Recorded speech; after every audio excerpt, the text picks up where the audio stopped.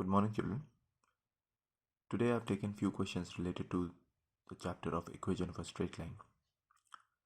As I have told you earlier in my previous video, that we can find out the equation of a straight line by three ways. The first one is a slope-intercept form, in which if you know the angle of inclination, if you know the y-intercept, then by using the general form of linear equation, general form of equation of a straight line, you can find out the equation for that straight line. That is, the general form is y is equal to mx plus c, where the value of m, that is a slope or gradient, can be taken out if you substitute the value of the angle of inclination theta in the formula m is equal to tan theta. From there you can get the value of m. And as far as c is concerned, c is the representation for y-intercept. Y-intercept means the distance between the point where the line is meeting the y-axis and the origin. That distance is called as the y-intercept, and it is denoted by the letter c. Then there is a second form, in which is called as the slope point form, and that if you know the angle of inclination theta, then again by using the formula of m is equal to tan theta, you can find out the slope. And then after that, if you know any one point through which the line is passing, or it is given in the question that the point is present on that line, that means by using the coordinates of that points in the relation y minus y1 is equal to m into x minus x1, you can easily find out the equation of a straight line. And the third one was the 2-point form, where you know the coordinates of any 2 points that are present on the line, or the line is passing through those 2 points.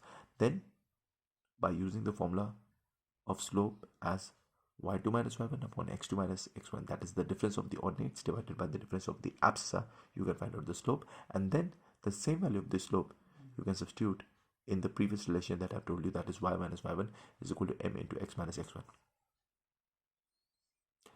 For this thing, I've already prepared a video that you've got in your previous class. You can see it on my YouTube channel also. So related to these concepts only, and few more problems that I've discussed on that day, I've sent you a video. Today I'm taking few more problems related to the topic. Now my first question is, the coordinates of the point P and Q are 2, 6 and minus 3, 5 respectively. Find the gradient of the PQ, that is the slope of PQ, the equation of PQ, and the coordinates of the point where PQ intersect the x-axis. Now since you can see over here that the coordinates of P point is given as 2, 6 and the coordinates of Q point is given as minus 3, 5, so we can use these coordinates in finding out the slope. So as you can see, it is given that the coordinates of the 2 points P and Q are 2, 6 and minus 3, 5 respectively. Then gradient of PQ, or the slope of PQ, can be taken out by taking any one of the points as x1, y1 and the other point as x2, y2. So suppose I have taken the coordinates of P point as x1, y1 and the coordinates of Q point as x2, y2. So the gradient of PQ can be taken out by the formula of difference of ordinates divided by difference of abscissa. So if I have taken this point as x1, y1 and this point as x2, y2, so y2 value is 5 and y1 value is 6, so it will be 5 minus 6 upon x2 value is minus 3 and then minus sign, then x1, so that will be minus 3 minus 2. And in this way, when you are going to solve it, 5 minus 6 is minus 1 and minus 3 minus 2 is minus 5. Both the minus signs will be cancelled and we are left with 1 upon 5. So in this way you can get the slope or the gradient of PQ. Then after that, in the second part, as you can see, it is said the equation of a line PQ. We have to also find out the equation. So we have already got the slope as 1 upon 5. We are going to use the relation y minus y1 is equal to m into x minus x1 to find out the equation of the line PQ. So what we can do in this particular relation, I'm going to substitute either of the two coordinates value in place of x1 and y1.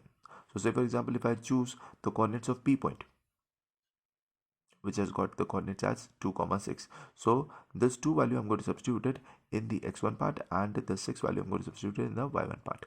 So, and side by side we are going to substitute the value of the slope in this relation. So it will be y minus 6, because y1 value is 6, is equal to 1 by 5, because that is the value of the slope just now we have calculated, into x minus 2. That is 2 is the value for the abscissa. Now what we are going to do over here, as you can see over here, we are going to cross multiply and bring this 5 over here, and we'll multiply with y minus 6. So 5 multiplied with y will give you 5y, and 5 multiplied by 6 is going to give you minus 30, equal to x minus 2.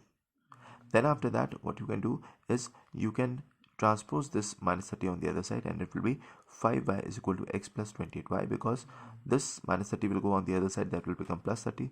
Plus 30 minus 2 will be plus 28. So 5y is equal to x plus 28. That is the answer for the second part. Then after that, as you know, they are asking us that find out the coordinates of the point where PQ intersects the x-axis. Now this means what? That this line is meeting the x-axis at a certain point.